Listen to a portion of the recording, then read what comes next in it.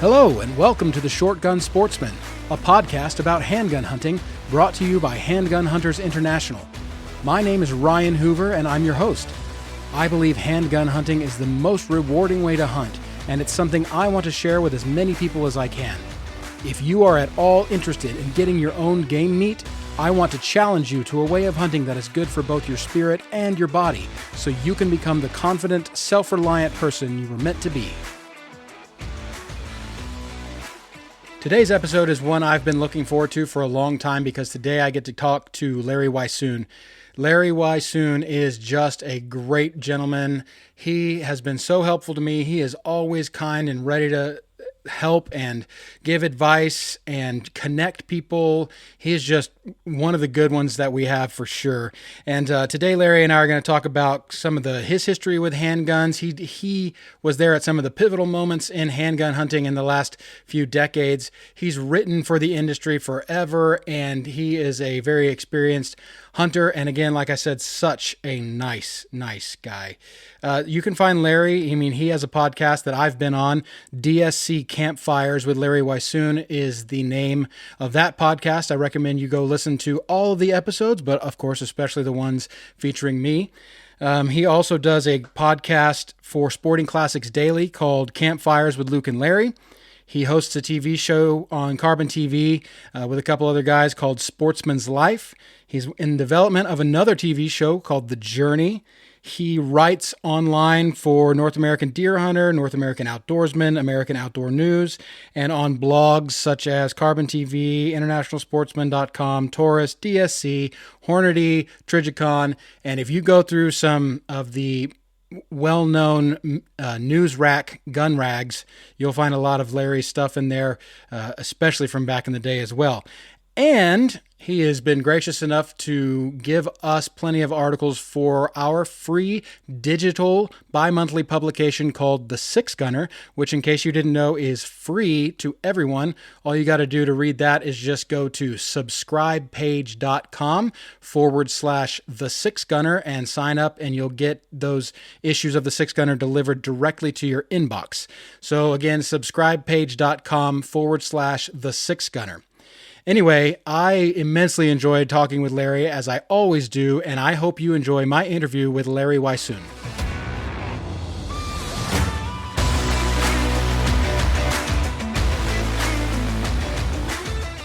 Larry, thank you so much for being on the podcast with me today. I really appreciate it. It is an absolute pleasure to be on this podcast with you. I've been looking forward to this ever since you and I started talking about it. Yes. And you've been a great help to me in HHI and just historical perspective, having me on your podcast. I can't tell you how much I appreciate it and how excited I am to finally be doing this with you. Well, same way here, and I can't wait to get you back on too.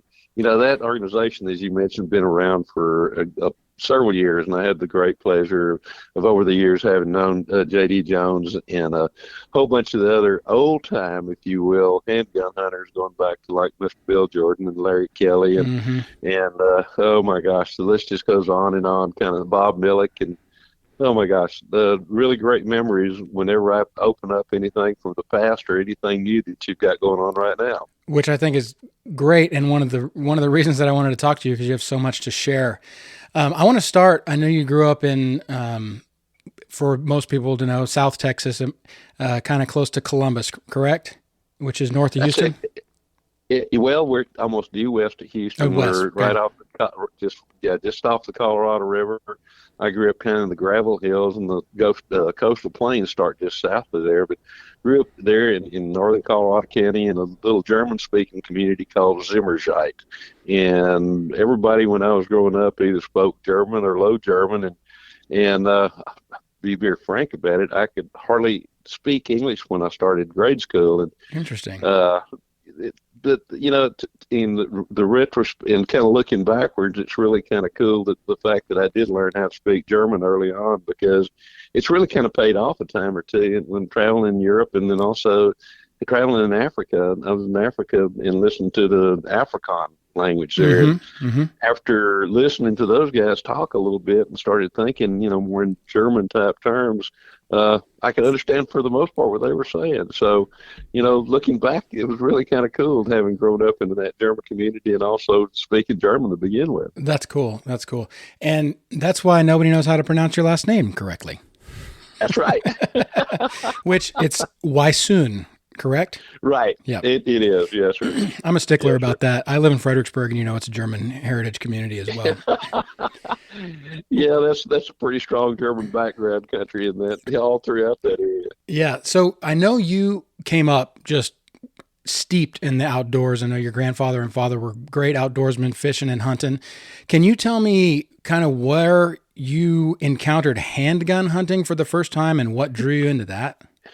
The handgun hunting thing, I think, goes back to watching a whole lot of Roy Rogers, Gene Autry, and some of those that era of cowboys with the fascination with handguns. And along the way, I read a couple of articles. There was a guy by the name of Al George who Mm-hmm. had taken, I think it was like an old Remington rolling block and turning it into a handgun and reading about it. And then, of course, Hal Swiggett was writing about handgun hunting that time, and Mm-hmm. Skeeter Skelton and some of those others. And there was just a fascination to me with handguns to begin with.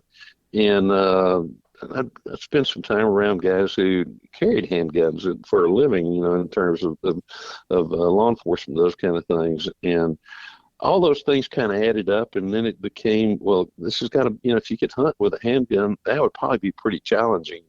And little did I realize how truly accurate handguns can be, and how really little difference there is between handgun hunting and rifle hunting, other than you got a short barrel, and as opposed to a long barrel. But all that fascination goes back to some of the early reading and talking with people. And early on, I met an old sheriff who killed a unbelievable whitetail deer, and it's a long story, and he was out chasing criminals and all that kind of stuff, and it was during the hunting season. He had permission to hunt, and all of a sudden this big buck jumped up in front of him, and he shot him with his what he used to call an old thumb buster, old Model T Colt, 45 Colt, and kill this buck. And as soon as he did, he realized what he'd done. And so there were two criminals out there and he was after, and he hollered out to him when he realized that he'd shot this deer. And he goes, and then if you don't get out here right now, I'm going to shoot the next one of you the same way. And both guys walked out, kind of thing. And it made a great impression upon me. I remember seeing that old buck and that he shot with that 45 Colt. It was one of the better deer taken in that part of the world at that time. That's such a good story. That's a good story. That you mentioned Al George. Yes. I was fortunate enough to get his book not too long ago and be cool. his self-published book, and for those who don't know, Right. he unfortunately passed away in a plane crash not too long after his book was published. But through the organization and reaching out, I got to talk to his granddaughter Oh man. yeah, it's pretty neat. And they have more stuff from the George family, and I'm trying to, convince them to re-release it because whenever you get a book, his widow signed the inside cover of them because he was supposed to have signed them, and she said, unfortunately, Al passed away. Please accept my signature. Thank you for buying the book. Right. So it's a really cool piece of handgun hunting history, and that rolling block that you're talking about, having kind of read about that as it was happening, that's really neat to hear. Wow, that is fantastic. I knew he'd passed away, and I knew there was a self-published book, but I'd never even had a chance to see the darn thing. Hmm. How fantastic. Yeah, it's called Pioneering Handgun Hunting, and Pioneer, it's and really, he certainly was one of them. yeah, Yes, sir. exactly right. Exactly right. My gracious. So Mm. for you, I know as your career progressed, you moved from being a wildlife biologist for Texas Parks and Wildlife into some wildlife consulting, and then also working in the firearms and hunting industry. And so you were fortunate enough to be able to go on so many cool hunts with so many guns that were new at the time or just really kind of iconic hunting handguns. Can you tell me what were some of your more memorable handgun hunts? Oh Oh my goodness. I know it's probably Probably. not a short list. I'm gonna take you. I'm gonna take you back a little bit farther than that. I used to have a Harrington Richardson 22, a 922 that Mm. I carried a lot, and I spent a lot of time hunting small game with it. Hunted and shot a lot of cottontails, armadillos, squirrels, a few snakes, and those kind of things. That was really kind of and I was just kind of a grown kid at the time. And that really is kind of what also started me into some of the other guns that I got into. But I shot revolvers for a long time. Some of the Smith and Wessons, some of the early Rugers that they had out, the Black Hawk and the Super Black Hawk Hunter, which I did a story about and has always been one of my favorite guns. It's in a 44 mag. But then along the way too, I really got into when Thompson Center really started releasing the Contender single shot pistol. That really got me interested in because all of a sudden now I could use something like a 30-30, which gave me a little bit longer range, or a 35 Remington, or a 45-70, and some of those kind of lower pressure modern cartridges, if you will. Mm-hmm. And so I got to hunt quite a bit with the original Contenders, and then got to know J.D. Jones. And for a long time, I shot a 309 JDJ, and I shot Mm. all kinds of things with it. Dearly loved it. Of course, he had the 375 JDJ as well too. And I shot a fair amount with it. And gosh, they're the 6.5 JDJ, and got to shoot a bunch of those. And then I was not really doing a whole lot with from a business perspective with Thompson Center, but I started doing a bunch of work with them and got to know the entire family group, if you will, because the TC back then was a big family group. Most of the people that worked there, and there were a lot of employees, but they all seemed to be from the same community and all somehow kind of related when you got right down to it. So when they developed the Encore, I got a call one morning from Ken French, Ken was I think the second employee that Thompson Center hired, and so he kind of oversaw production, and he was very much involved in every aspect of TC. And we'd been trying to get a moose permit in Maine, and so he called me one morning. He said, two things. I said, yes, sir. He said, you're going to be able to hunt moose this fall, and he said, you're not bringing a gun. I've got one for you. So I thought, wow, we were doing the muzzleloader stuff at the time too, and I thought, well, it's just going to be another muzzleloader. And so I fly up there to get ready for the moose hunt, and Jay Wayne Fears and I were sitting in Jay Wayne too was one of my great influences as far as handguns. He and I did a lot of hunting with Contenders early on too. We walk into Ken's office, and he hands a long kind of rectangular shaped package to Wayne, and he hands me a much shorter package. And then I couldn't wait to look in and open it up, and it was what looked like a beefed up Contender. And so the first thing I did is I looked on the barrel to see what was stamped on it, and it said 308. And at the time, I said, well, and I was working for Shooting Times at the time as well too, as their hunting editor, and looked at that pistol and our handgun, if you will, and I said, well, what's the name of it? He goes, I have no earthly idea. It hadn't been named. And so we took it to the range that afternoon, and I noticed that there were several improvements over the Contender in the fact that it was a larger frame, and now we had a barrel on it that was had a sharp-shouldered rifle cartridge in it. And I also noticed that if you cocked the hammer and you wanted to let the hammer down, if you didn't get the shot, you could do so without having and then not having to open the action like you did with the old Contenders Mm-hmm. before you could recock the thing. And I thought, man, that's pretty cool. So we went out to the range, and we put I can't remember. I think it was a TC scope back then. The TC long eye release scopes were made by Light Optical in the Philippines, and so I looked. Got some shells from Hornady and shot the first couple of times at about 50 yards, and both the holes were touching, and backed off to 100 yards and put 3 shots, and you could cover them with less than a $50 piece kind of thing. I thought, man, this is really cool. Yeah. So from there, we went on to the moose hunt, and the first morning of that moose season, and not that point shot a moose, but we got onto a moose that had drop tines that Ken had seen about 6 miles from where we found him that morning, and crawled in there and shot him and hit him really hard, and he took a few steps, and then he moved over a little bit more to the right, and I shot him again, and he fell in a county road, if you will, or not what we would call a caliche road, Mm-hmm. Through the area. So actually didn't have to pack him very far. We could actually drive right up to him, and they had a drop trailer, and we had a winch, and we had to pull him off the road so we could put the winch on to try winch him on the back of that trailer. And from there, took the handgun I had drawn that same year at Shiras Moose Permit in Colorado, and I shot a real nice young Shiras Moose bull at about 50 to 75 yards. And then a little bit later, about 2 weeks later after that, I shot a really nice 6x6 bull elk in eastern Colorado.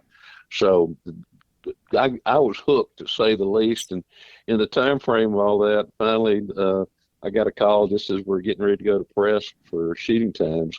And I said, okay, I'd called up there and said, okay, we need a name. So they called me back a couple days later and said, I think it's going to be the Encore, TC Encore. And so that was the birth of the TC Encore. And after that, I told him, I said, look, I want this pistol is mine. You've got to send me this handgun as soon as you get stuff, because they made me send it back. And I was complaining about that. And I said, man, we hadn't even gotten the specs and everything yet that we need from it. And so I said, okay, I get the first barrel and the first frame that, you guys produce. And sure enough, a little bit later, I ended up with one of the early frames with a 30-06 barrel on it. With that 30-06 barrel, I hunted everywhere from Alaska all the way down into Texas, and from Maine over to throughout the Colorado areas and the mountains, and then took it to South Africa as well. One year, shot a bunch of stuff with it there as well too.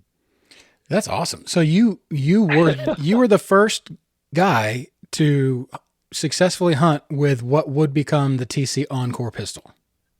Exactly. Like I said, at that point when I shot that first moose, we didn't even know the name of it, Wow. as I mentioned earlier. And so, yes, I shot the first thing shot with a TC Encore. And then Wayne Fears also had in the rifle format, and Wayne ended up shooting a nice moose probably about 4 days later after I shot mine with a 308 rifle in that Encore. But Interesting. and then I shot the second and third animals taken with it as well too. Wow. Yeah, because you had a lock on the supply.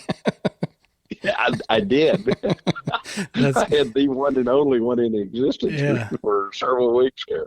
And the 30-06 continues to be the favorite barrel among handgun hunters for that factory offering for that handgun, because I don't know why, but for some reason it seems to be a good match in that 15-inch barrel. Oh, it is. Ballistically, it becomes almost a 308. There's not a whole lot. When you chronograph it, there's not a whole lot of difference between today's 308 rounds and 30-06. But I think part of that fascination with the 30-06 came in the fact that, hey, it's bigger than 308. It's bigger than the 308. I'm tougher and I'm meaner. And actually, the recoil of that 30-06 is very comparable to 308. It's very manageable as far as I'm concerned. You mentioned something about the scope, the TC scope back then, and we've talked about this before about that Philippine company built Simmons scopes at one time, correct?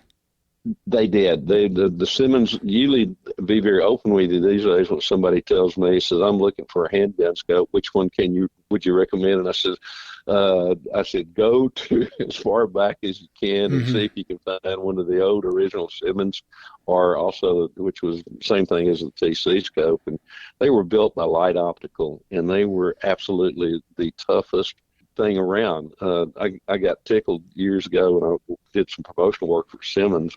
Randall Pence, who went on to later be with Ruger for their national sales manager for a whole bunch of years, when he was with Simmons, they said, well, how do you field test your scopes? And he would say, well, we send them down to Larry, and if Larry can't tear them up in a week's time, they're pretty stout.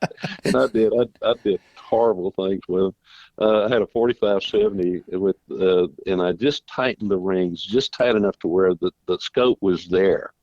And I got down behind a wall and I put a brick wall, and I held the pistol up, the handgun above the wall, and pulled the trigger because I wanted to see what that scope would do, Mm-hmm. and I figured it would shear it or tear it all up. And when it was all said and done, the scope was intact, the crosshairs were intact. I tightened the rings on it and shot unbelievably accurate for a long time with it, with that particular scope. And I did it Wow. with the same one, and I did it with some others too, but some other brands, and they didn't fare as well as Yeah. what that scope did. So my suggestion to people these days, if you're looking for a good handgun scope that's a long eye release scope, see if you can't find one of the old, I'm talking about Right. going back into the 90s, 1990s kind of thing. If you can find one of those, they're still as good today as what they were when they first were released many years ago.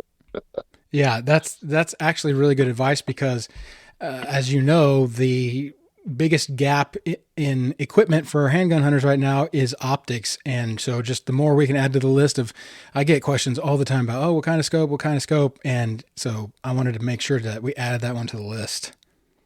Well, for a while, I did a lot of work with Zeiss, and Mm-hmm. Zeiss developed a long eye relief scope. The unfortunate thing is they never manufactured more than three of them. Mm-hmm. And that particular long eye relief scope that they had was every bit as tough as what the original TC and Simmons scopes were. But the beauty of that particular scope too was the eye relief was probably 36 inches or Oh. more, because you could hold that scope right up to your eye and then push it out as far as you wanted to and Mm-hmm. still have Wow. full view. And unfortunately, we tried.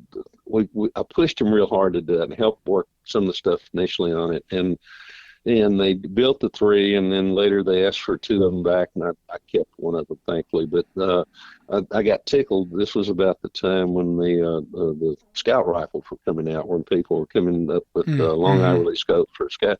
And when I talked to the people at Zeiss, it was we don't shoot handguns in Europe.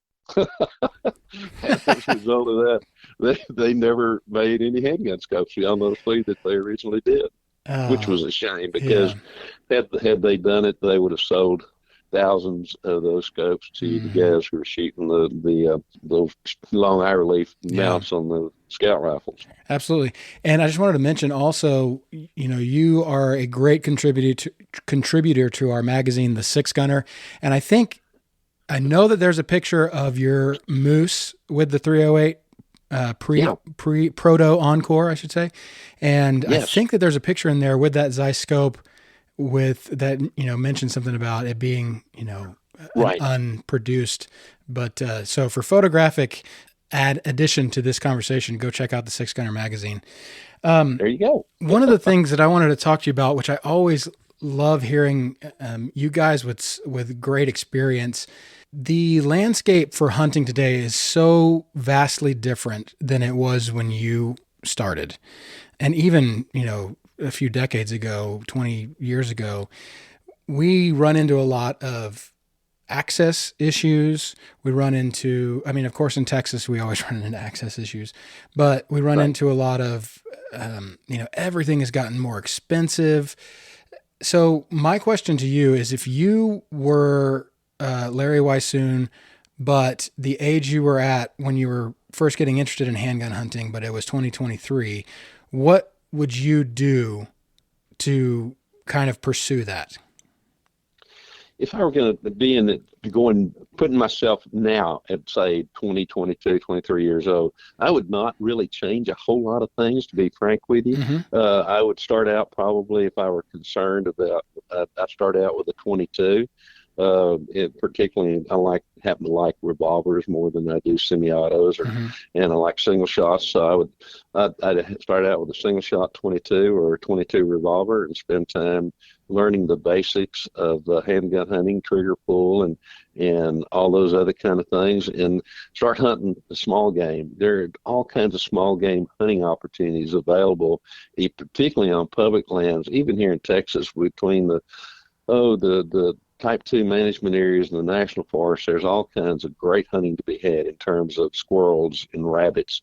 From that, I would probably go to say like a 454 Casull, and I would start out on the low end there with a 45 long Colt or just 45 Colt, and start shooting it and getting used again to the trigger pull, a little bit more experience, a little bit more in terms of recoil, and spending a fair amount of time on the range, and then maybe going to the shooting some 454 Sioux. And again, in terms of hunting, when it comes to larger game hunting, there's a tremendous amount of hunting available again on national forests through the Texas Parks and Wildlife Department here in Texas, and in other states they have all kinds of different management areas set up. And actually, there are some of those management areas in Texas and in some of these other areas that generally have permits left over when the year is over with, where not enough people applied to fill all those places. Then two, I would spend time in some of these management areas that if you had the opportunity to go during the middle part of the week, if somebody doesn't show up there, if you're there when that person doesn't show up, then you have the ability to go hunt on those places instead of the guy that's supposed to be there. So to me, all those things, there's hunting available, but to me, too often we overlook the small game aspect. There's a tremendous amount of fun in hunting squirrels and hunting rabbits with a 22 long rifle handgun, and it really hones your skills in terms of knowing your gun and knowing your capabilities with it. And then from there, just leading up to, I love the 44 mag, I love the 454 Sioux and the 460, and all those other kind of things. But with that 454 Sioux, it's the ability to back off, a little bit. Same thing like with the 460 S&W. That is a handful, and I would not recommend somebody that has any way recoil conscious to ever start with anything like that.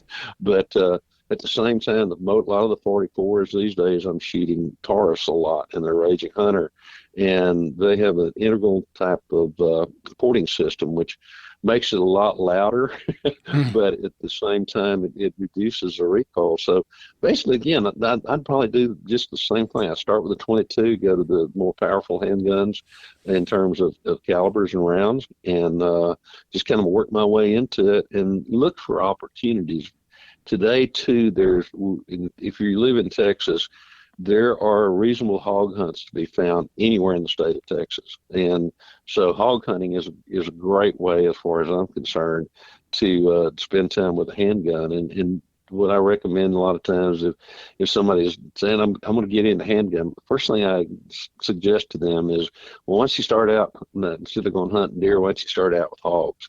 And once you start getting into the hunting side of it, going past learning how to use that gun and the capabilities of it and your capabilities with it out to certain ranges kind of thing. You must have listened to the podcast I did with Mark Hampton, because your advice lines up with him. And oh, really? Yeah. And I'll tell you, that just commends the both of you in that the experience about handgun hunting is true across the board. I mean, he's from Missouri, you're from Texas, and it's just verification that small game 22 is the way to get into it. Oh, it truly is. It's economical. They're fun to shoot, and you can shoot them a lot of different places that you might not be wanting to shoot a 45 or a 44 or something that's really loud. And I'm talking about hunting close to town where there's public land close to town and those kind of things. But again, what a great way to learn and to build your confidence in your ability with that firearm. Yeah, and that actually brings to mind kind of maybe a misconception that I and some other hunters may have about, Texas has so much less public land than some of the western states that are so famous for their hunting right now. But I have gone on the Texas Parks and Wildlife website and looked at the different hunting areas. And, Right. a lot of them are, especially, it depends on what part of the state you're in. A lot of them are locked up or allow bow hunting only or bird hunting only. Yeah. So can you tell us Texas folks, or some of us that are some of the surrounding states, where you would be looking for some of these opportunities as far as geographically, and then where you would find out about these opportunities? Well, the Texas Parks and Wildlife Department is a great way to start. The other thing is, in those opportunities exist on all kinds of different management areas as well. And there, even with the deer side of things, there are each year through the Texas Parks and Wildlife Department, they issue a number of hunts, and it's been, from my experience, based upon talking to some of the guys who are in charge of that, there are several different units scattered across the state that never ever get filled up as far as hunting is concerned. Hmm. So to me, the first step I would do is I'd look at those wildlife management areas, and that list is available by going to the Texas Parks and Wildlife site. There's national forest land scattered all throughout the oh gosh, all throughout the eastern part of the state. There's a little bit of national grassland up in the edge of the panhandle sort of thing. Hmm. So there are those opportunities. There are opportunities a lot of time for hog hunting as well too. And to me, what I would do there, if I were totally new to Texas and we're trying to learn something, I try to find out who some of the county agriculture extension agents are, meaning Mm-hmm. the old county agents, if you will, Yeah. and get in touch with those guys and say, I'm new to this area and I'm looking for a place to hunt hogs. I know that you know most of the landowners here. Is there any place that you might suggest that I go for a very nominal, that may, even if it's a nominal fee, Mm-hmm. to be able to hunt those properties. But those opportunities exist a lot of different places. There are, as I mentioned, wildlife management areas scattered out throughout Texas, and some of those are drawing, and then there are some of those that unless they've changed the rules and regulations lately, there's some of those that have public access to them that you simply have to sign into. Mm. And some of those are such that there's some down in the Del Rio area that are relatively remote, and nobody hardly ever goes there. Some of the hunting there is fantastic but you have to be able to walk into an area, and you're going to have to be able to drag that animal out, or bring it Yeah. out in quarters or something Mm-hmm. like that if you're hunting bigger game. But again, Texas Parks and Wildlife Department, the agriculture extension agents, sometimes even the game wardens.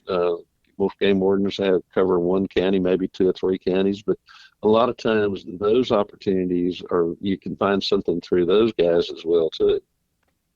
Interesting. I'm glad you brought that to mind because that's stuff that I want to know as well. Oh, Exactly. yeah. There's some areas that they used to call type 2 areas that are scattered, talking about Texas Parks and Wildlife Department. And some of those, there's one or two of those areas that, or we're down in the Del Rio area close to Amistad. They're really kind of, when you look at the map, they're kind of at the end of nowhere. Because of the remoteness, hardly anybody ever goes down there. Hmm. Interesting. I'm taking notes as you're writing. So yes, that is fantastic because we're with HHI, we're trying to get people together, we're trying to have opportunities, and we're all over the United States. So finding places, but there are a good amount of us in Texas, so we're always trying to find places that we can get together. Or I also try to create or have ideas of places to send people when they ask me. So I appreciate you sharing that information. Um, Absolutely. We've been very fortunate here in Texas in so many different ways, in that, yes, we are all about, what, 95, 98% privately owned, but there are several excellent public hunting areas that are available. You just have to kind of dig a little bit harder sometimes to find them. But they're, even on some of the military installations, sometimes they will allow hunting as well too, Interesting. or they used to. And Yeah. Fort Hood used to be one of those Oh places. yeah. Hmm. We used to hunt Fort Hood quite often, and again, there are other areas. Sometimes those areas crop up and they'll be open for a short period of time and they close. But then there are other areas that open up again as well too. And another way to, almost everybody here in Texas that hunts, uh, they will know somebody, and in terms of landowners or in terms of places to hunt. And, Hmm. I would suggest anybody that really likes, or is thinking about particularly hunting with a handgun, is if you know a hunter, by golly, just start talking with him. It's, maybe you can't hunt deer on his property, on his lease, but maybe there's small game opportunities or hog hunting opportunities, or javelina, being another one of those great game animals Hmm. for handgunners, as far as I'm concerned. Those kind of things do exist, and for the most part, a lot of those opportunities, even though there may be a charge associated with it, if you're not looking for a big whitetail deer or something, a lot of times those dollar figures attached to other types of hunts is relatively small. Yeah. Yeah. Your dollar goes a lot further when you're not talking about big whitetails in Texas. Absolutely. The interesting thing about it is, if you look at I'm as bad as anybody. I complain about what the costs of hunting sometimes are these days, but if you look at the income of the people in the 1950s compared to the income of the people today, and look at what they spent in the 1950s on hunting as opposed to what those same people might be spending today, that percentage of income is almost exactly the same. The percentage of Interesting. income has not increased that much. The dollar figure has, but then years ago, if you made $5,000 a year, you're doing pretty darn good. Well, if you spent $500 or say 10% of your annual income on Hmm. hunting, you think about that as opposed to guys that are making $40,000, $50,000 these days, or $30,000, or considerably Yeah. more. That percentage is, maybe now it's $3,000 to $5,000, but it's that same percentage as what it was back when the income was $5,000 a year. Interesting. Yeah, that's a good point. I guess I just have to, my best friend always tells me that I need to stop being such a cheapskate. I guess I should just follow his advice. Well, I like being the cheapskate as long as you get away with it, kind of thing. Yeah, exactly right. To what degree can I get away with it? So, what one more thing? I know you have seen the ebb and flow of handgun hunting over the years. Going from the golden ages, starting in the '60s, and kind of tapering off at the end of the last century, and then the market totally kind of dropping. Basically, handgun hunters for the last 20 years or so. I mean, with some notable exceptions, but what where do you see the opportunities for creating more impetus to grow the sport of handgun hunting? And what do you think the best thing handgun hunters can do now for the future of our sport? I think it's an interesting thing in terms of what people use in terms of firearms and bow hunting and crossbow hunting and muzzleloader hunting. The pendulum swings from back and forth, and I think what's happening is, and I really foresee a good future in terms of handgun hunting, because we're seeing a lot of these people now. They've gotten in the semi-automatics. Well, after that, I'm talking about rifles. Hmm. Okay, now it's the big craze is the long range thing, and there's going to come a time in the not too distant future, or in my opinion, where these same guys are going to go, oh my God, there's nothing to shooting a deer at 1,000 yards.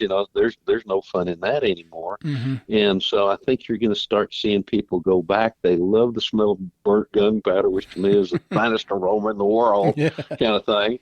And I think those same folks, a lot of those, will start looking at handguns and going, I'm talking about revolvers primarily. I'm still 100-yard shot if I want to, or I can try to get even closer than that.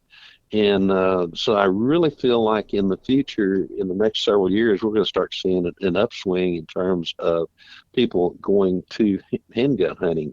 What can we do is in terms of promoting all this is I think it's going to kind of self-promote itself. And I used to get tickled because I'd go to a place and somebody look at my handgun and they go, "What are you going to do with that thing?" Well, Hmm. we shot at the range, and guess what? My handgun outshot their rifle.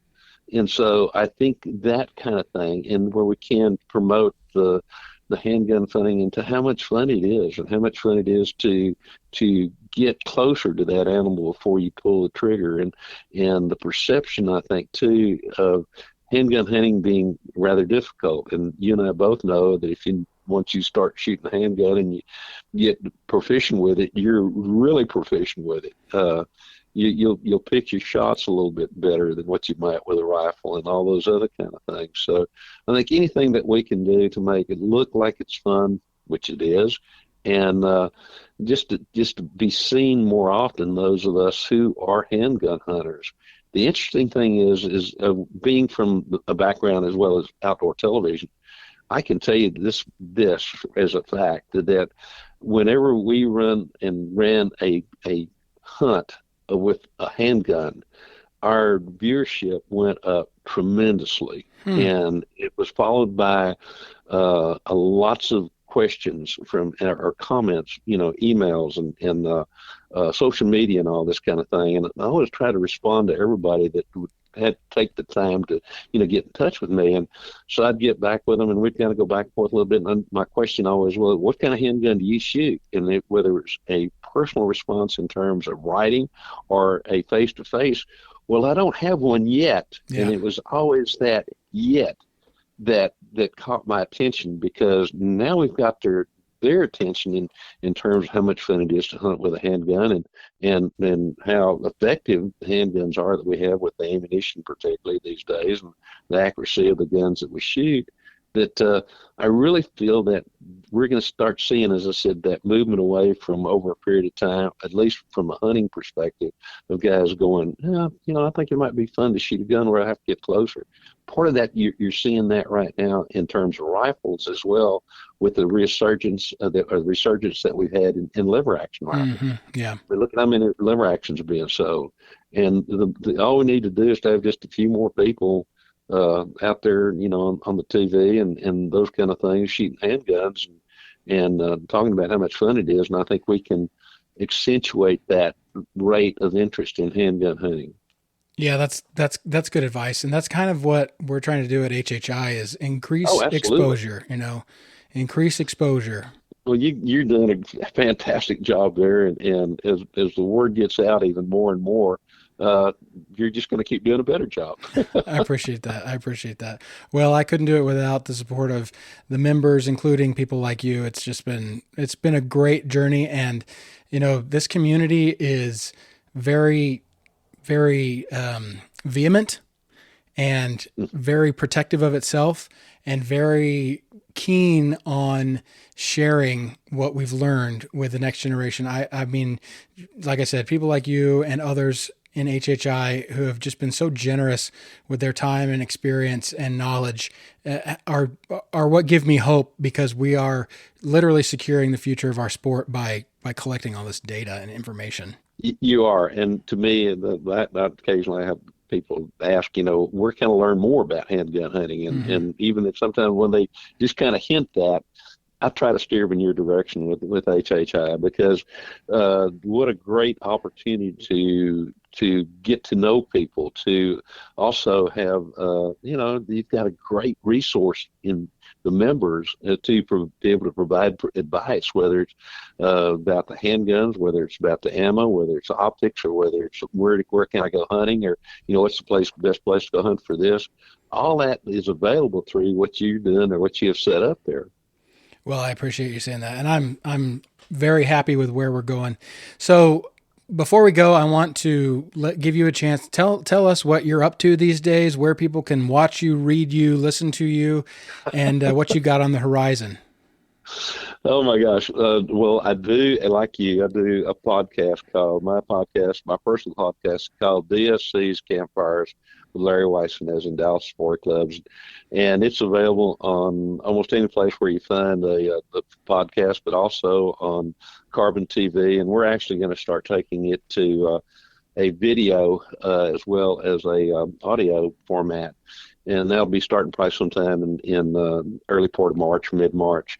Then also I do a podcast for Sporting Classics Daily called Campfires with Luke and Larry, which I do with Luke Clayton, and it is also a weekly podcast. And you can go to Sporting Classics and find out where to find Sporting Classics Daily as well too. And then we do still doing a TV show, or it's a digital TV show on Carbon TV called Sportsman's Life, that I do with Luke Clayton and Jeff Rice.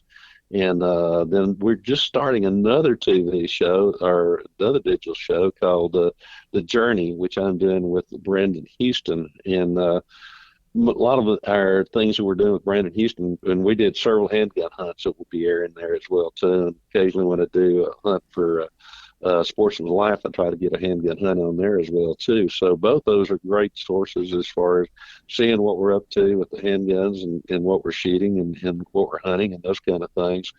Writing wise, on a digital perspective, I do a fair amount for North American Deer Hunter, North American Outdoorsman.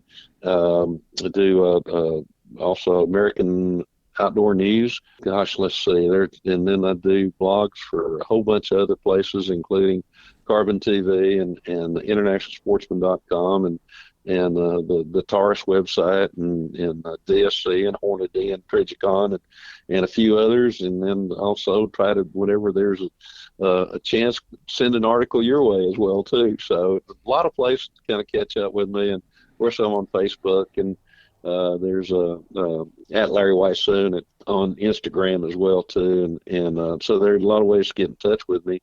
What's on the horizon right now is just trying to catch my breath from a long hunting season, and which has been one of those, in quotation, interesting ones in terms of got to do a tremendous amount of hunting. Did not pull the trigger nearly as often as I hoped to, but still ended up with venison in the freezer kind of thing. And got a bunch of good hunts coming up this year that I'm really looking forward to. And of course, several of them will be with the handgun, and just kind of looking at, spending as much time as I can with my family and doing a little bit of riding here and there, and just kind of hopefully somewhere down the way, maybe go on a fishing trip or something. Who knows?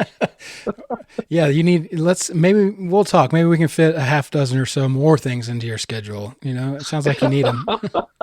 We moved from Uvalde about 5 years ago, and now I live in Brenham, which for the people who don't know, is about halfway between Austin and Houston. Not far from where my wife and I both grew up down south in Colorado County. But we moved here with my intentions of slowing down just a little bit. And I think if anything has happened, those things have greatly increased in what I'm doing and all those other kind of things. And of course, I'm loving every moment of it. So that's the good part. Well, Larry, your attitude is an inspiration. I always love talking to you. I can't tell you how much I appreciate you joining me on the podcast today, and all your help with HHI, the writing that you do for us, and just your influence in the industry for handgun hunting. It's just, thank you so much for that. You're very kind. It has been my pleasure and honor to spend time with you on the podcast. All righty, sir. Have a good one.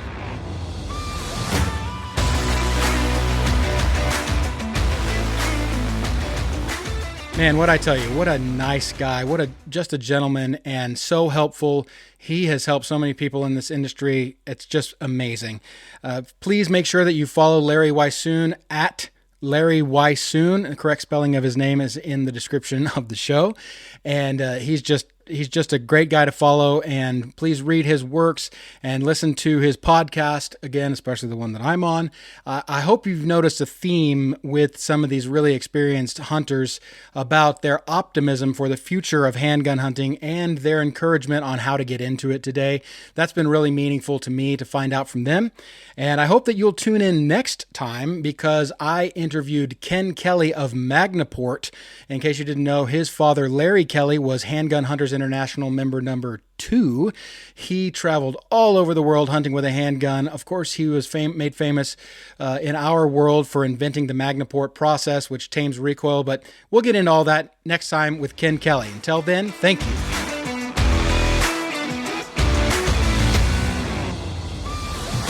This podcast is produced by Handgun Hunters International. HHI is the only organization dedicated solely to supporting and growing the sport of handgun hunting. Membership gets you access to our great, well-moderated forum where friendly handgun hunters of all experience levels share stories and information from folks that have actual experience in our sport. We also host giveaways to our members of guns, gear, and ammo every month, and each prize is worth several times what membership costs. In addition to this podcast, we publish a free digital magazine, The Six Gunner, which is written exclusively by HHI members. If you are a handgun hunter or support handgun hunting in any way, you need to be a member of HHI. Join today at handgunhuntersinternational.com. Again, if you have any questions on how to get started in handgun hunting, please reach out to me at ryan@handgunhuntersinternational.com. If you think we deserve it, please leave us a 5-star review, and don't forget to follow Handgun Hunters International on social media at Handgun Hunters INT. God bless and good hunting.